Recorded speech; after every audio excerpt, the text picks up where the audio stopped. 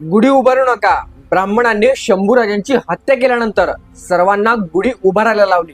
खरंच औरंग्याने शंभूराजांची हत्या केली ते फक्त धर्म बदलला नाही म्हणून. औरंग्याने त्याचा भाऊ दारा शिकोह, सिखांचे 9वे गुरु तेग बहादूर या मंडळींची हत्या सुद्धा शंभूराजांप्रमाणेच केली. ज्या राजाने मृत्यू स्वीकारला परंतु धर्म बदलला नाही, त्या राजाच्या बलिदानाच्या नावाखाली तुम्ही त्याच राजाच्या धर्मामधला एक सण आणि एक परंपरा कमी करताय. औरंग्याला बाप मानणारे आणि ब्राह्मणांना शत्रू मानणारे तुम्हाला अशाच उलट्या गोष्टी शिकवतील. शिवकाळात 1649 मध्ये एका पत्रात गुढीचा उल्लेख आहे.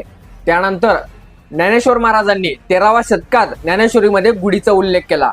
संत तुकारामांनी 17व्या शतकात गुढीचा उल्लेख केला. गुढी म्हणजे चैतन्य आणि विजयाचं प्रतीक आहे. मराठी कॅलेंडर शालिवाहन शकीची सुरुवात झाली तेव्हापासून गुढी उभारण्याची आणि नवीन वर्ष साजरा करण्याची परंपरा सुरू झाली. शंभूराजांची हत्या ही मनुस्मृतीनुसार झाली. मग औरंग्याने शंभूराजांच्या आधी ज्या लोकांची हत्या अशी क्रूरपणे केली त्यावेळेस सुद्धा त्याने मनुस्मृतीच वाचली होती का? आता तुम्ही गुढी उभारून शंभूराजांचं बलिदान सार्थक ठरवणार की गुढी न उभारून औरंग्याला आणि त्याच्या औलादींना जिंकवणार? तुम्हीच ठरवा.